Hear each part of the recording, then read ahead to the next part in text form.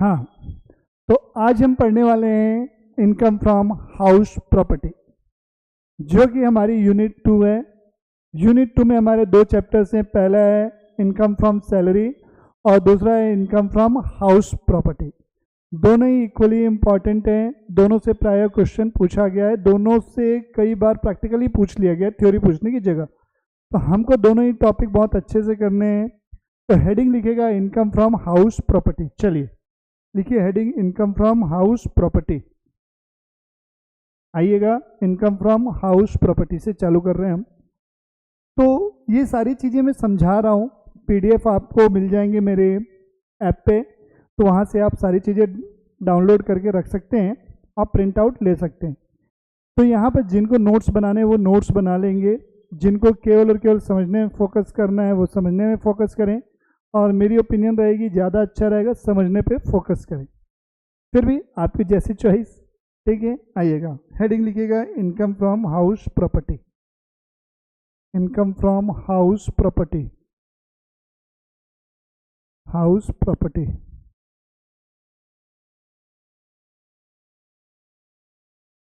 House property,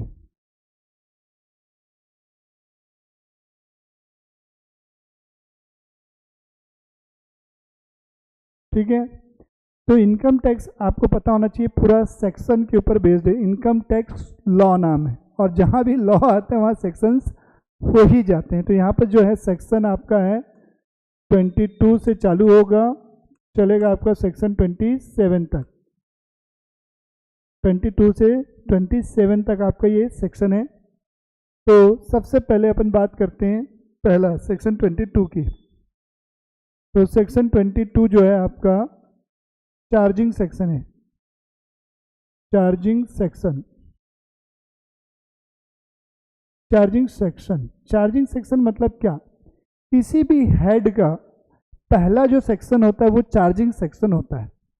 charging section का मतलब ये होता है कि वो कंडीशंस बताता है कि किन किन कंडीशंस में कौन वो इनकम इस हेड में टैक्सेबल होगी या नहीं होगी। तो उसी प्रकार हाउस प्रॉपर्टी का जैसे कि पहला सेक्शन है 22, उसमें ये बताया जाता है कि कोई इनकम जो हमें रिसीव हो रही है वो हाउस प्रॉपर्टी में टैक्सेबल है या नहीं। किन किन इनकम को हम ये मानेंगे कि ये हमारी हाउस प्रॉपर्टी की इनकम है, तो उसके लिए बना हुआ है सेक्शन 22। तो सेक्शन 22 में पहली कंडीशन क्या लिखी है? एसएससी, ए फॉर एसएससी मैंने पहले भी बताया था, ए मतलब जहां भी लिखूंगा उसका मतलब होगा SSC. SSC must be owner of the house, should be owner of the house. SSC जो है घर का मालिक होना चाहिए, should be owner of house, should be, जिनको लिखना है वो लिखते चलेंगे, मना नहीं है, should be owner of house. कहने का मतलब क्या है समझिएगा, इस पॉइंट को मैं थोड़ा डिस्क्राइब कर रहा हूं। जैसे ये हाउस प्रॉपर्टी है, इसका मालिक है एक्स, ये एक्स जो है ओनर है, ठीक है। इसने इस घर को लेट आउट कर दिया वाई को। लेट आउट किया मतलब किराए पे दे दिया, लेट आउट मतलब किराए पे दे देना। लेट आउट किसको किया बेटा? वाई को किया हुआ है, वाई को, at the rate of 5000 per month, at the rate of 5000 per month. तो साल का कितना रुपए हो जाएगा? 60,000। तो वाई से जो इसको इनकम मिलेगी वो क्या हो गई? 60,000 रुपए की हाउस प्रॉपर्टी इनकम हो गई। क्यों इसके लिए इनकम हो गई? क्योंकि इस घर का ये मालिक है। सपोज अब इसने इसी घर को, वाई ने क्या किया, किसी थर्ड पर्सन को, जेड को सबलेट कर दिया। सबलेट करना मतलब किसी से किराए पे लेना, फिर उसी चीज को किसी और को दे देना, तो उसको बोला जाता है सबलेट। मान करते हैं सबलेट कर दिया 6,000 रुपये में। अब इसे जो इनकम मिलेगी जेड से, इसको भी इनकम रिसीव होगी। 6,000 रुपये की इनकम है और ये 5,000 रुपये इसको पे कर रहा है, तो 5,000 रुपये इसका खर्चा हुआ। तो 6,000 माइनस 5,000 मतलब इसको नेट इनकम कितने रुपए की हो रही है? 1000 इंटू 12, 12,000 रुपये की इनकम हो रही है। तो क्या ये वाई के लिए हाउस प्रॉपर्टी की इनकम होगी? जी नहीं। क्यों नहीं? क्योंकि वाई को जो इनकम रिसीव हो रही है वो सबलेट रिसिप्ट है, और वाई पहली कंडीशन क्या है अपनी, जो भी घर का आदमी है, जो भी घर है वो क्या होना चाहिए? उसका मालिक होना चाहिए। बट यहाँ पर वाई जो है घर का मालिक नहीं है, इसलिए ये वाई की जो है हाउस प्रॉपर्टी इनकम नहीं होगी, ये वाई के लिए इनकम होगी, इनकम फ्रॉम अदर सोर्स। जब हम पढ़ेंगे अदर सोर्स तो वहाँ पर आपको मैं फिर से इस चीज़ को बताऊंगा। तो सबलेट रिसिप्ट जो टैक्सेबल होगी वो अदर सोर्स में होगी, न कि हाउस। सभी इनकम पे टैक्स देना है, बट किस इनकम को कहाँ लेना है वो अपन को ध्यान रखना है। इनकम टैक्सेबल है बट वो हाउस प्रॉपर्टी में ना होके अदर सोर्स में आएगी। ठीक है, पहला पॉइंट क्लियर हो गया। दूसरी चीज, house property should not be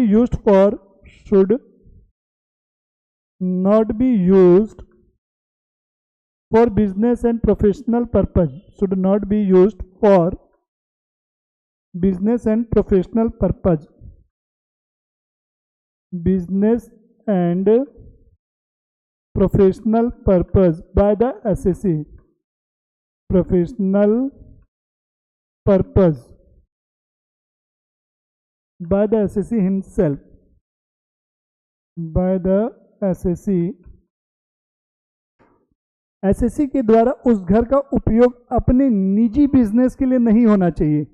मान लो ये घर मेरा था, ये घर मैंने वाई को दिया हुआ, अब यहाँ पर वाई बिजनेस करे, घर में रहे, कसिनो चला है, कुछ भी करे यार, हमको उससे कोई लेना देना नहीं है। इससे मुझे जो रेंट मिलेगा वो मेरी हाउस प्रॉपर्टी की इनकम मानी जाएगी, दैट्स इट। बट अब यही जो घर है मैंने किसी को लेट आउट नहीं किया, ये मेरा घर है। अब इसी घर पे मैंने क्या कर लिया, रेडीमेड गारमेंट की शॉप ओपन कर ली, तो ये घर का रेंट मैं अपने आप को पे करूंगा क्या? मैं अपने आप को रेंट पे करूंगा क्या? जी नहीं। इसलिए ये जो इनकम है वो हाउस प्रॉपर्टी में आएगी ही नहीं, क्योंकि मैं अपने आप को रेंट पे नहीं करूंगा। इसीलिए यहाँ पर लिखा हुआ है कि ये इनकम यहाँ पर टैक्सेबल नहीं होगी।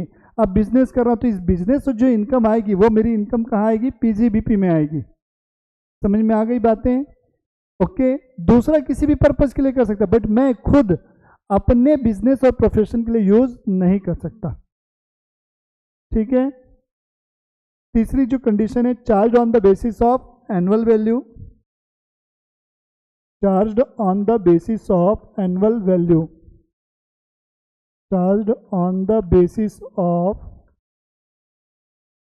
Annual value, basis of annual value, पूरा लिख लेंगे annual value, ANN UAL annual value, charge on the basis of annual value. ठीक है, हाँ या ना? ओके, क्लियर है चीजें। नेक्स्ट पॉइंट, चौथा पॉइंट इसी में है, land and building appurtenant thereto. चौथी कंडीशन है land and building appurtenant thereto. Land and building appurtenant thereto मतलब ये जमीन है, इस जमीन से जुड़ी कोई भी बिल्डिंग है, ये सारी बिल्डिंग, ये यहाँ से land and building appurtenant thereto. इतना इंपॉर्टेंट नहीं है हमारे प्रैक्टिकल के लिए यहाँ पर एग्जाम पॉइंट ऑफ व्यू से, तो इस पॉइंट को स्किप भी कर सकते हैं, कहीं कोई दिक्कत नहीं है। अब आएगा सेक्शन 23, ये मोस्ट इंपॉर्टेंट है, यही पूरे चैप्टर की जान है। सेक्शन 23, सेक्शन 23, इसमें हम पढ़ेंगे सबसेक्शन 1, सबसेक्शन 2, सबसेक्शन 3, ये 3 सबसेक्शन हम पढ़ेंगे। यहाँ हमें बताया गया कि इनकम फ्रॉम हाउस प्रॉपर्टी कैसे कैलकुलेट की जाएगी। 2 कॉलम बनाएंगे, पहला कॉलम में लिखेंगे पर्टिकुलर, दूसरा कॉलम में हम लिखेंगे अमाउंट। तो यहाँ पर सबसे पहले हम लिखेंगे municipal value, municipal value, spelling mistake हो सकती है, इग्नोर कीजिएगा। म्यूनिसिपल वैल्यू को मैं शॉर्ट में लिखूंगा MV। फिर इसको कंपेयर करेंगे, ये फॉर्मेट दिया गया है फेयर रेंट से, म्यूनिसिपल वैल्यू और फेयर रेंट, जिसको मैं FR बोलूंगा।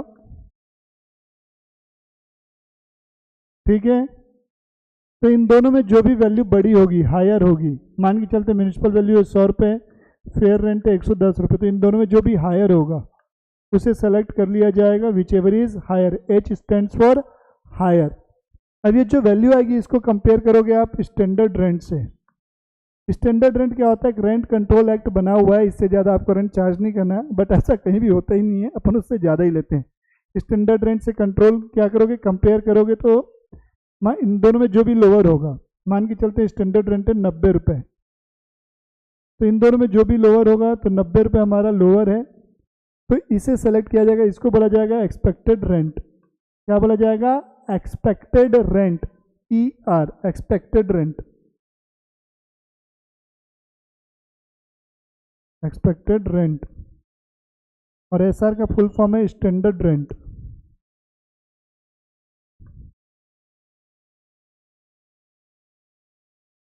यहाँ तक आपका पूरा का पूरा फुल फॉर्म लिख लेंगे यहाँ पर। स्टैंडर्ड रेंट मतलब, सॉरी, एक्सपेक्टेड रेंट मतलब अनुमानित किराया कि इतना किराया मुझे मिल ही जाएगा। अब इसको आप कंपेयर करोगे एक्चुअल रेंट रिसिप्ट से। एक्चुअल रेंट रिसिप्ट, ARR बोलूँगा, नोट नंबर 1 लिखेंगे इसके लिए, एक्चुअल रेंट रिसिप्ट, ARR। यहाँ पर लिख दूंगा नोट नंबर 1 इसके लिए। तो इन दोनों में जो भी हायर होगा, मान के चलते ये है 120 रुपये, तो इन दोनों में जो भी हायर होगा, तो 120 रुपये मेरा हायर है, इसे लिया जाएगा। तो इसे बोला जाएगा ग्रॉस एनुअल वैल्यू। क्या बोला जाएगा? Gross annual value, gross annual value.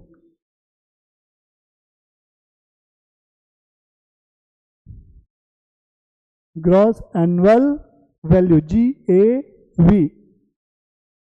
अब इसमें से हम क्या करेंगे, हमें क्या होता है, नगर पालिका, नगर निगम जो भी होता है, उनको हमें उस प्रॉपर्टी का टैक्स पे करना होता है। तो इसमें से आप डिडक्ट करेंगे municipal tax paid by owner, minus करोगे म्यूनिसिपल टैक्स, सिपल tax paid by owner. Owner, tenant pay कर रहा है तो माइनस नहीं होगा, ओनर पे करेगा तभी माइनस होगा। तो यहां लिखेंगे municipal tax paid by owner, paid by owner. अब यहां पर municipal tax paid by owner लिखा है, चाहे आप पिछले 10 सालों का इस साल पे कर दो, आने वाले 5 सालों का इस साल पे कर दो, हमें उससे ये मतलब नहीं है कि आप कौन से साल का पे कर रहे हो। कुल मिला के म्यूनिसिपल टैक्स पेड होना चाहिए। जितना भी टैक्स आपका पेड होगा उसे माइनस किया जाएगा। मान लो म्यूनिसिपल टैक्स था 20,000 रुपये, बट आपने इस साल 15,000 रुपये केवल पे किया है, तो केवल 15,000 ही माइनस कर पाओगे। जितना टैक्स पे किया जाएगा उतना माइनस होगा। तो इसे माइनस करेंगे, मान के चलते हैं म्यूनिसिपल टैक्स से 20 रुपये का मेरा, तो जो NAV आएगी इसको माइनस करने के बाद आएगा NAV, नेट एनुअल वैल्यू। इसको बोलेंगे नेट एनुअल वैल्यू। NAV का मतलब होगा नेट एनुअल वैल्यू।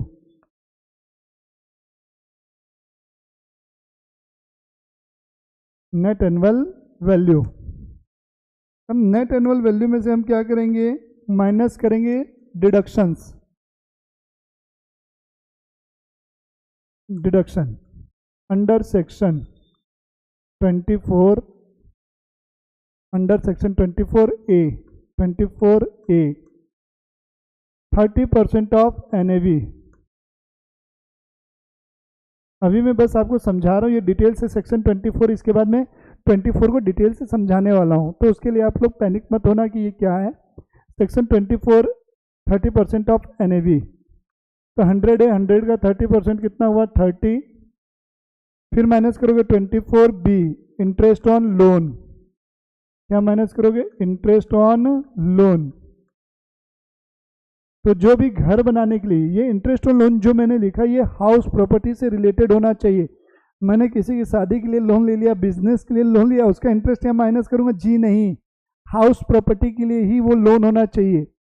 मान के चलते हैं 20 रुपये का लोन था, तो ये आ गया मेरा कितना रुपये, 100 माइनस 30 माइनस ये 50 रुपये, ये मेरी हो गई income from house property. But अब मान लेते हैं मुझे क्या हुआ, मेरा जो कुछ पुराना पैसा था जो अनरियलाइज्ड था, मतलब मेरे घर में किराएदार रहा और घर छोड़ के भाग गया, पैसा नहीं दिया, मेरे 2-3 महीने का रेंट जो था वो अनरियलाइज्ड था, मुझे नहीं मिला था। बट जब भी वो रहने आया नए बार, तो मैंने उससे पुराना किराया पहले वसूल लिया, तो उसको बोलते हैं रिकवरी ऑफ अनरियलाइज्ड रेंट, डूबे हुए पैसे का वापस मिलना। तो लिखेंगे recovery of unrealised rent. Detail से बताऊंगा मैं, रिकवरी ऑफ अनरियलाइज्ड रेंट। ये टैक्सेबल होगा 70%। मान लो आपका अनरियलाइज्ड रेंट 500 रुपये का था, तो 500 में कितना टैक्सेबल होगा? ओनली 70%। अब 70% का कॉन्सेप्ट मैं बताऊंगा थोड़ी देर में क्यों हो रहा है, बट अभी लिख लो। फिर arrear of rent, arrear of rent ये भी 70% टैक्सेबल होगा।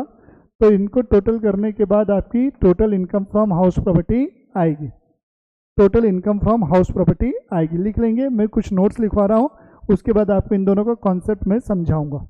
ये सारी चीज़ें आपने लिख ली, अब मैं कुछ नोट्स लिखवा रहा हूँ, लिखिएगा नोट नंबर 1। नोट नंबर 1, अभी मैंने आपको बताया था एक्चुअल रेंट रिसिप्ट का मतलब, तो वही समझा रहा हूँ मैं। एक्चुअल रेंट रिसिप्ट होता क्या है? एक्चुअल रेंट रिसिप्ट,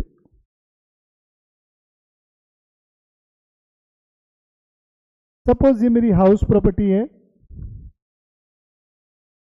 1 अप्रैल 2024 को मैंने किराए पे दिया है, रेंट पे दिया हुआ है 2000 पर मंथ पे,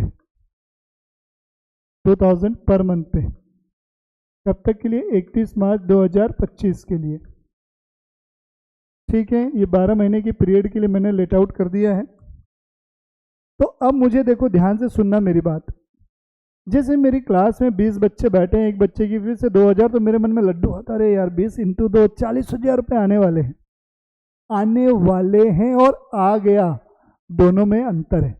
अब मैंने इसे घर किराए पे तो दे दिया है, तो मुझे दिख रहा है यार ये घर साल भर के लिए फिक्स हो गया, 2000 रुपये एक महीने के मिलेंगे, तो टोटल मुझे कितना रुपए मिल जाएगा? 12 इंटू 2000 मतलब 24,000 रुपये मिल जाएगा। Receivable, not receipt.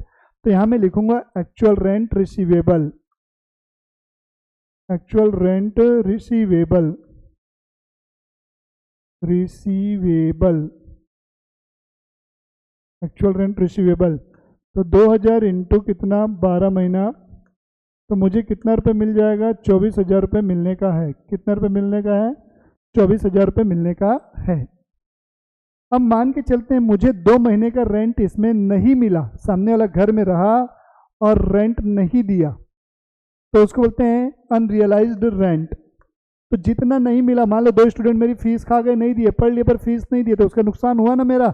मैं खुश हो रहा था 40,000 आएगी, बट 2 बच्चे मेरी फीस नहीं दिए, मतलब 2000 और 2000 4,000 रुपये नहीं मिला, तो मेरे हाथ में कितना आएगा? 36 आएगा ना, माइनस करना पड़ेगा।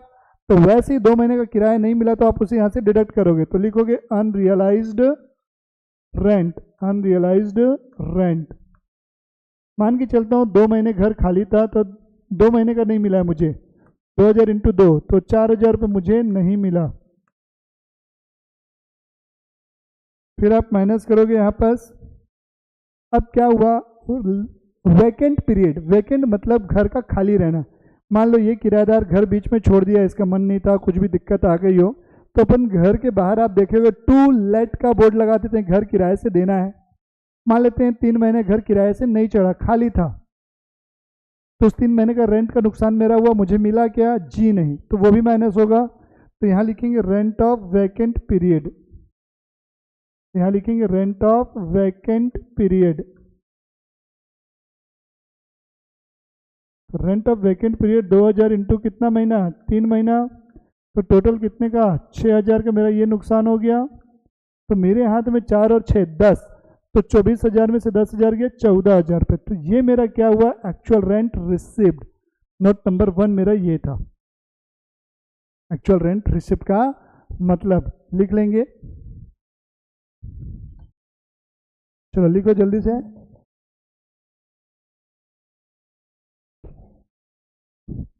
हो गया? ठीक।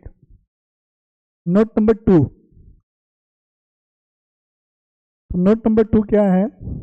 सुनिएगा, नोट नंबर 2, अगर आपके पास 2 से ज्यादा घर हैं, तो 2 को सेल्फ ऑक्यूपाइड माना जाएगा और बाकी को लेट आउट मान लिया जाएगा।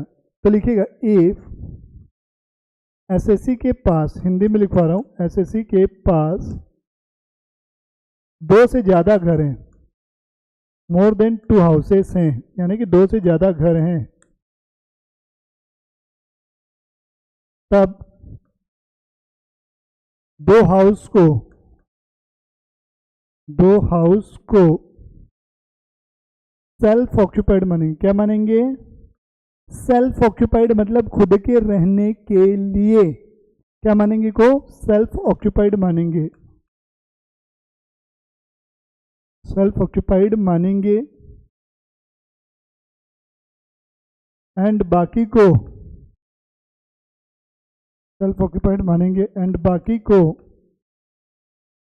सॉरी यहाँ बाकी को छोड़ दो थोड़ी देर के लिए। सेल्फ ऑक्यूपाइड मानेंगे जिसकी एनएवी नील होगी, मानेंगे जिनकी एनएवी नील होगी। नील मतलब जीरो, जिनकी मतलब उस पर कोई टैक्स नहीं देना है, जिनकी एनएवी नील होगी,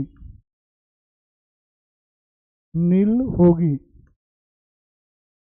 एंड बाकी हाउसेस को, मतलब 4 घर हैं तो 2 सेल्फ ऑक्यूपाइड हो गए, 2 लेट आउट हो गए। एंड बाकी हाउसेस को, बाकी हाउसेस को लेट आउट मानेंगे, लेट आउट मानेंगे।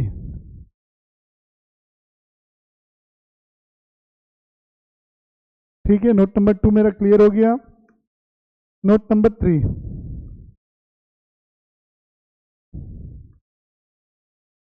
Note number 3। तो नोट नंबर 3 में हम क्या लिखने वाले हैं, सुनिएगा। नोट नंबर 3, जो सेल्फ ऑक्यूपाइड हाउस था, अगर मैं उसको एक सिंगल दिन भी पर्सनल क्या किया मैंने, सिंगल दिन भी उसको लेट आउट कर दिया। मान के चलते मेरा घर था नदी किनारे था, बढ़िया मस्त सुंदर व्यू था, वहाँ कोई किसी मूवी की शूटिंग होनी थी, बोला यार 2 दिन के लिए घर दे दो, हम आपको 1 लाख रुपए देंगे। मैंने बोला बढ़िया यार, 2 दिन का 1 लाख क्या बुरा है, मैंने दे दिया। तो जो घर मेरा सेल्फ ऑक्यूपाइड था वो क्या हो गया, लेट आउट हो गया। Even for a single day, भले ही एक सिंगल डे के लिए मैं किराए पे दिया हूं, उसे पूरे साल भर लेट आउट मान लिया जाएगा। ओके, अब बोलोगे सर ये हमको गवर्नमेंट को पता कैसे चलेगा? बेटा पता तो कुछ नहीं चलेगा जब तक आप खुद से नहीं बताओगे।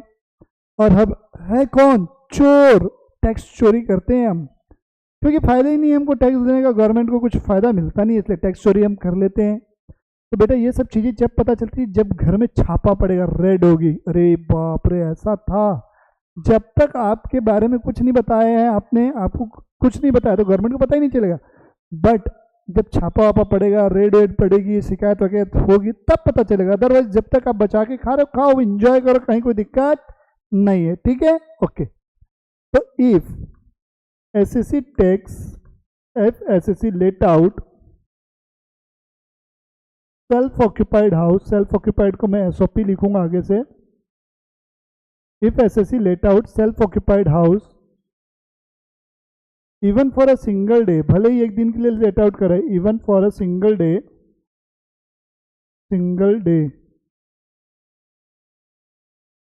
then that house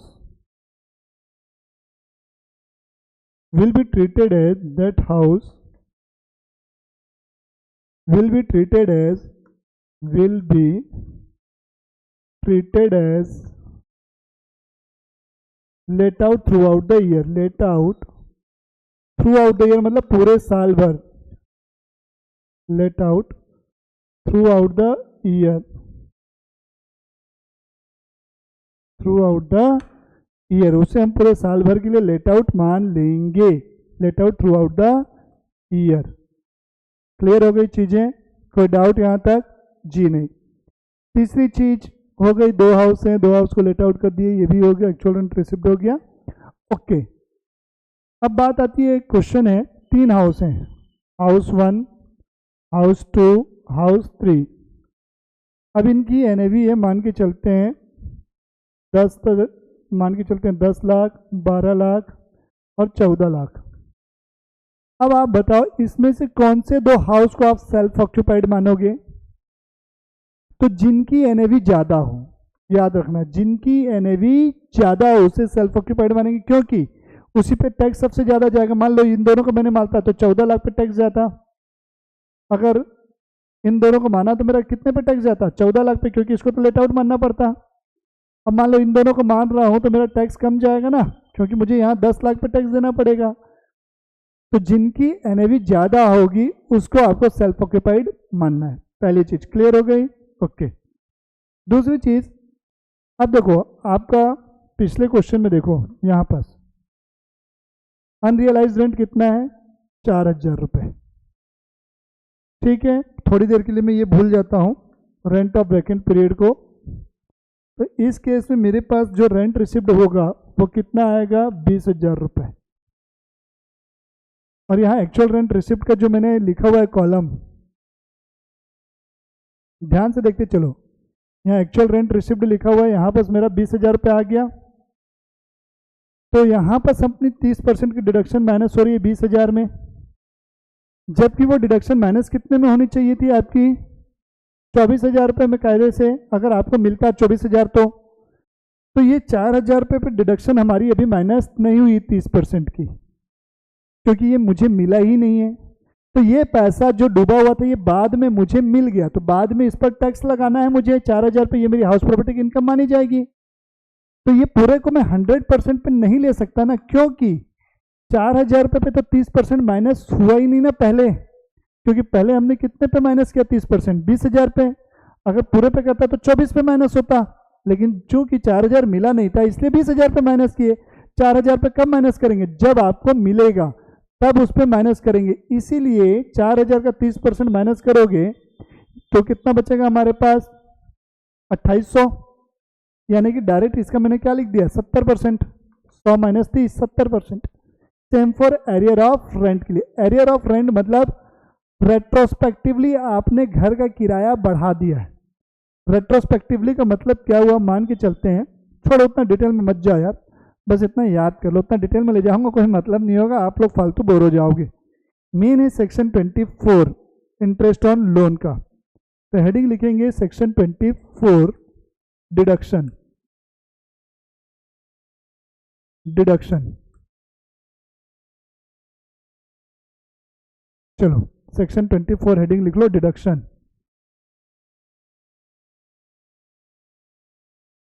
सेक्शन 24 है डिडक्शन का। तो मेरी जो डिडक्शन है दो टाइप की डिडक्शन है। पहली डिडक्शन है स्टैट्यूटरी डिडक्शन, 24A में मिलेगी आपको स्टैट्यूटरी डिडक्शन। स्टैट्यूटरी डिडक्शन,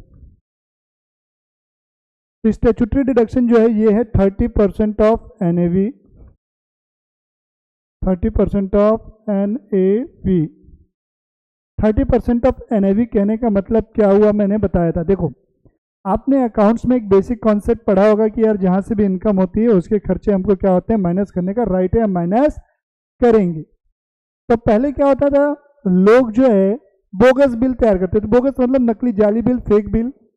तो घर की पुताई का खर्चा, लेबर खर्चा, इंश्योरेंस, रिपेयर नहीं भी हुआ हो तो भी उसको माइनस करते थे। तो हर आदमी क्या करता था, अपने अलग अलग खर्चे माइनस करता था। तो इससे कैलकुलेशन में थोड़ी दिक्कत होती थी। पहले तो ऑटोमेटिक नहीं था ना, तो सब मैनुअली काम होते थे, तो दिक्कतें आती थी। हर आदमी की जो एक यूनिफॉर्मिटी मेंटेन नहीं होती, कोई ज़्यादा खर्चे माइनस कर रहा है, कोई कम खर्चे कर रहा है। तो गवर्नमेंट ने एक फिक्स कर दिया, बोला यार तुम्हारी कितने भी खर्चे हुए हो हमको उससे कोई लेना देना नहीं, हम जो भी NAV आएगी उसका मैक्सिमम 30% ही माइनस करने देंगे, उससे ज़्यादा हम आपको 1 रुपये माइनस करने नहीं देंगे। ठीक है, तो 30% ऑफ NAV। तो जब ये 30% ऑफ NAV आपको मिल रहा है तो इसके नीचे मैं लिख रहा हूँ नो फर्दर डिडक्शन फॉर, किन किन चीज़ों की आपको डिडक्शन फिर नहीं मिलेगी। तो लिखो no further deduction of, no further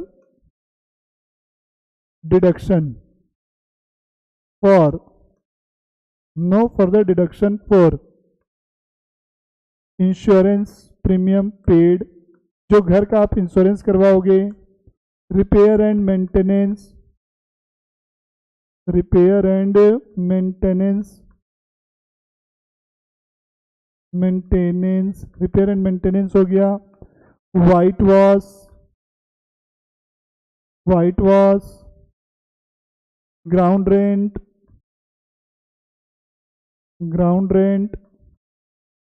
lighting,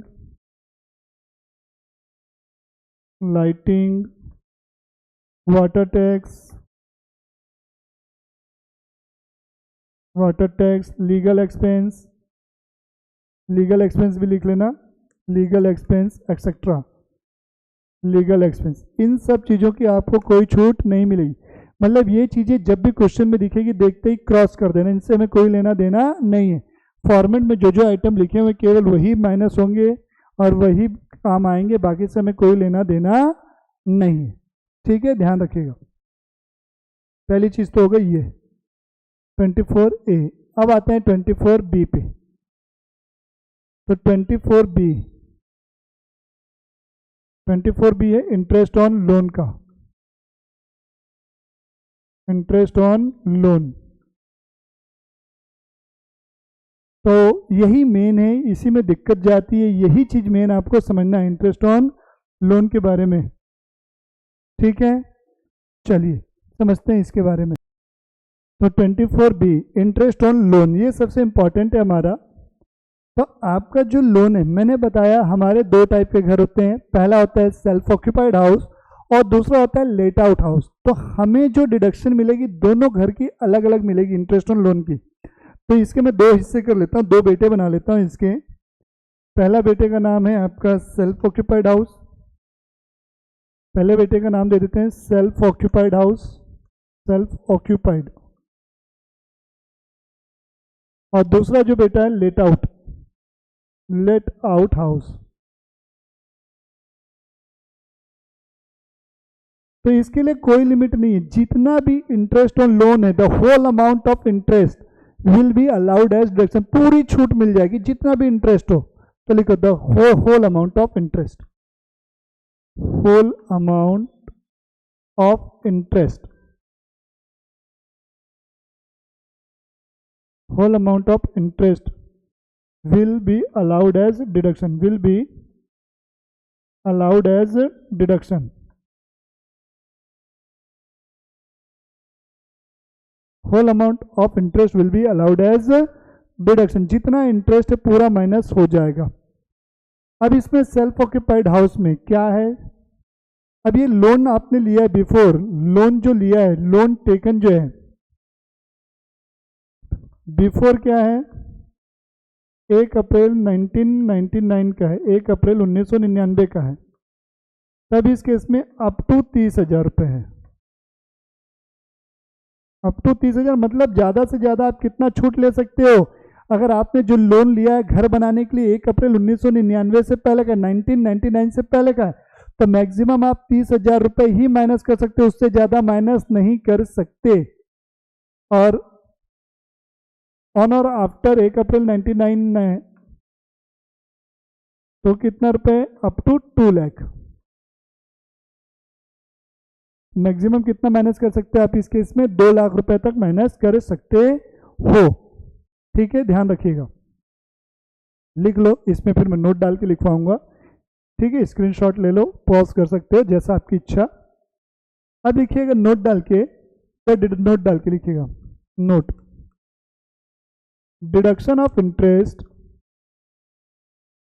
deduction of interest will be allowed, deduction of interest will be allowed subject to condition दी गई है। कैसे माइनस करोगे, ऐसा नहीं कि पूरा कुछ भी निकाल दिया माइनस कर दोगे।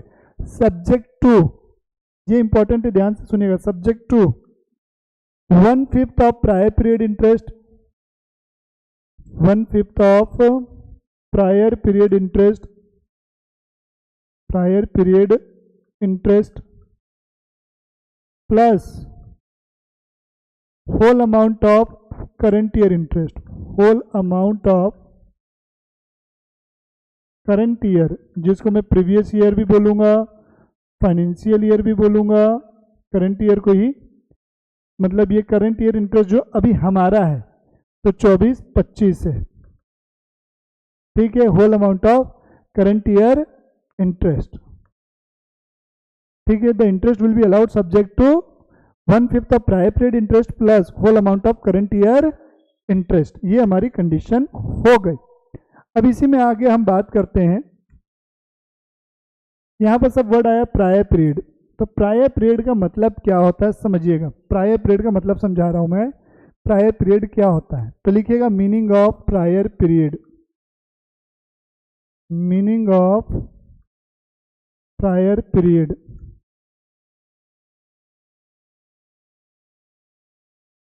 Meaning of prior period. तो प्रायर पीरियड का मतलब क्या होता है? डेट ऑफ लोन से स्टार्ट होगा। कहाँ से स्टार्ट होगा? डेट ऑफ लोन से स्टार्ट होगा।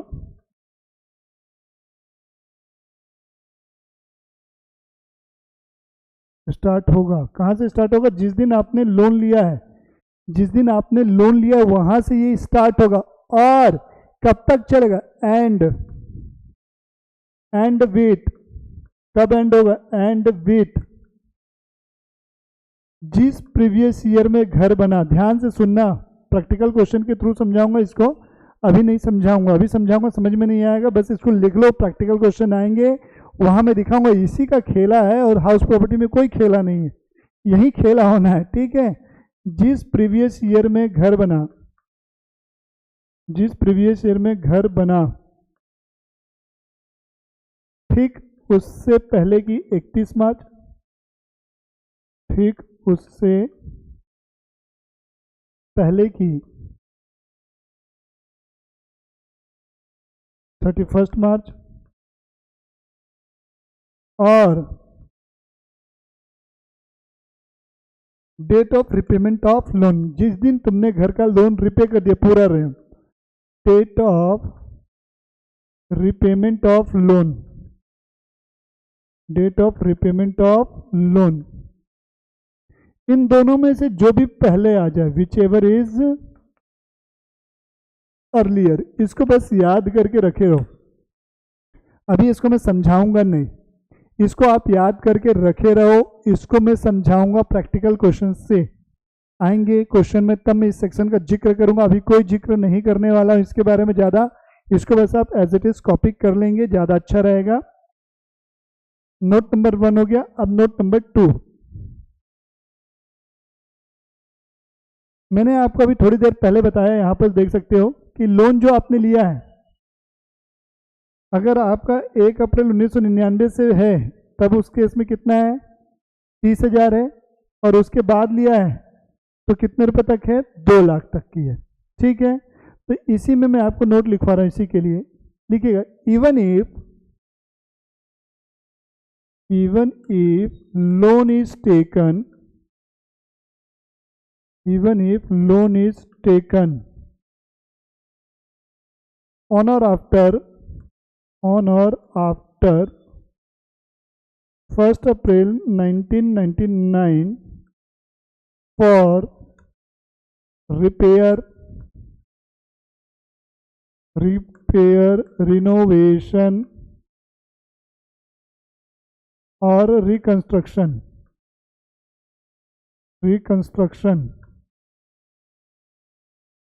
रिपेयर, रिनोवेशन और reconstruction, RRR।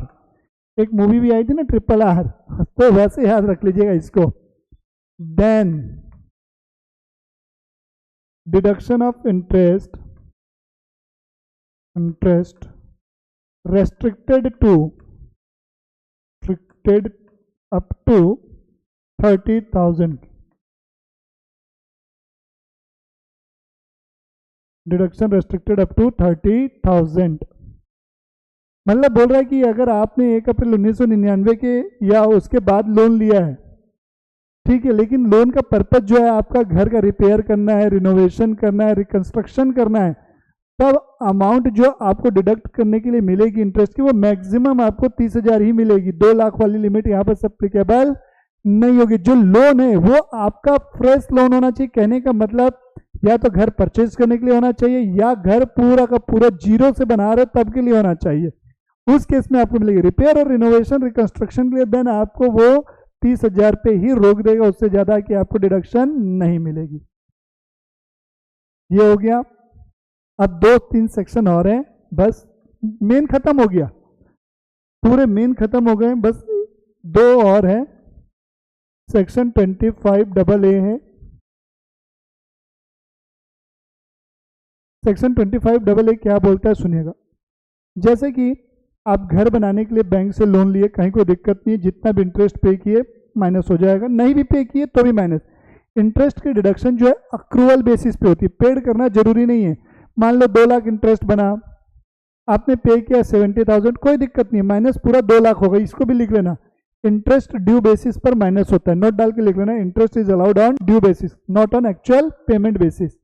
Interest is allowed on due basis, not on actual payment basis. आपका इंटरेस्ट ड्यू हो गया, ड्यू डेट आ गई, माइनस हो जाएगा, पे करने की कोई जरूरत नहीं, जरूरत तो है, पे नहीं किया कोई बात नहीं, तो भी हम आपको माइनस करने का राइट देते हैं, ऐसा बोल रहा है।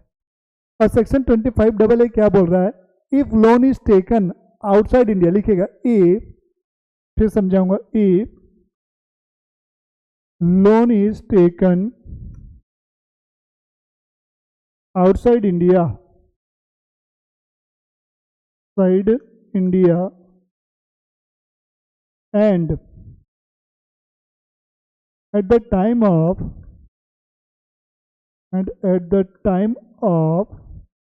payment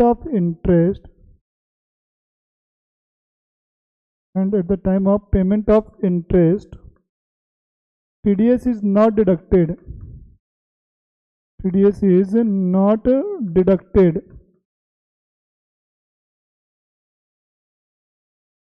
TDS is not deducted, then deduction of interest will not allowed।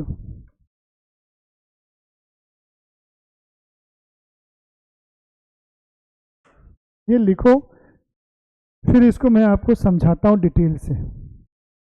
Deduction of interest will not allowed क्या बोल रहा है, सपोज मैंने लोन ले लिया इंग्लैंड से, लंदन से, भारत के बाहर से कहीं से भी लोन ले लिया। अब मेरा टाइम आया, समझना, अब मेरा टाइम आया, मान लो ये एक्स इंडिया का रहने वाला है,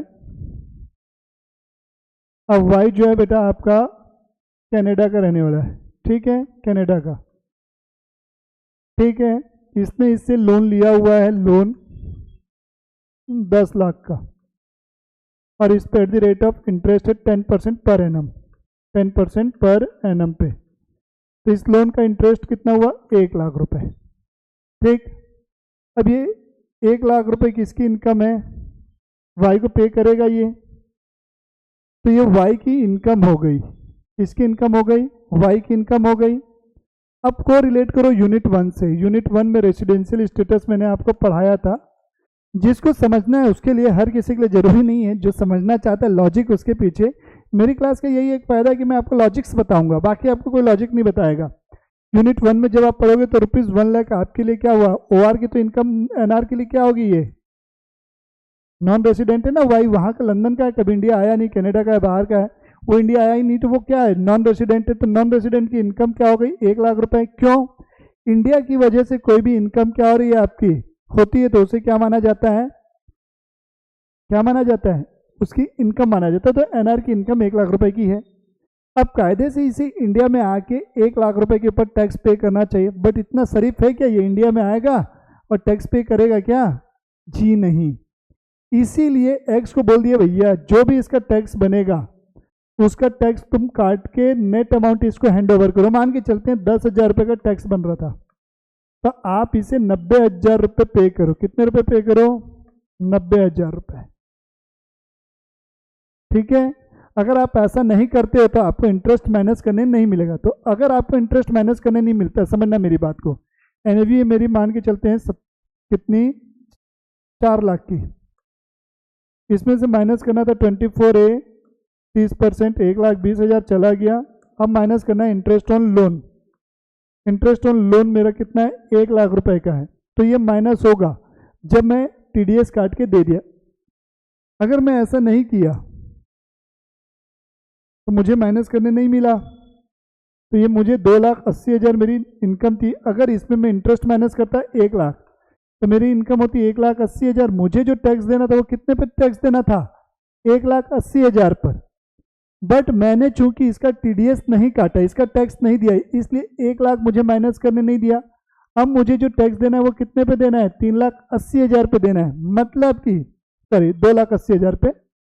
तो मतलब कि इस 1 लाख रुपए पे मेरे से टैक्स ले लिया। गवर्नमेंट का नुकसान नहीं, नुकसान तो मेरा ही हुआ ना, मेरे से टैक्स वसूली हो गई, गवर्नमेंट का कोई नुकसान नहीं है। तो बोल रहा है बेटा अगर तुमको माइनस करना है तो तुमको रूल फॉलो करना पड़ेगा, नहीं करोगे हमको क्या, हमारा टैक्स तो हमको मिल ही जाएगा, हम तुमसे ले लेंगे। इसीलिए बर्डन मेरे ऊपर डाल दिया है भाई, गवर्नमेंट का काम भी मैं करूँ, अब बताओ। इसीलिए ऐसा रूल बना है। एक है 26, आइएगा सेक्शन 26, को ओनरशिप। को ओनरशिप जिसको जॉइंट ओनर भी बोलते हैं। मान लो एक घर है, इस घर के 3 ओनर है, एक्स है, वाई है और जेड है। तीनों ने पैसा लगा के जॉइंट रजिस्ट्री अपने नाम से करवा ली है। तो को ओनरशिप के केस में आप लिखो डिडक्शन ऑफ इंटरेस्ट, लिखो deduction of interest will be allowed separately to each co-owner, separately to each co-owner। मतलब कि जो हम सेल्फ ऑक्यूपाइड में करते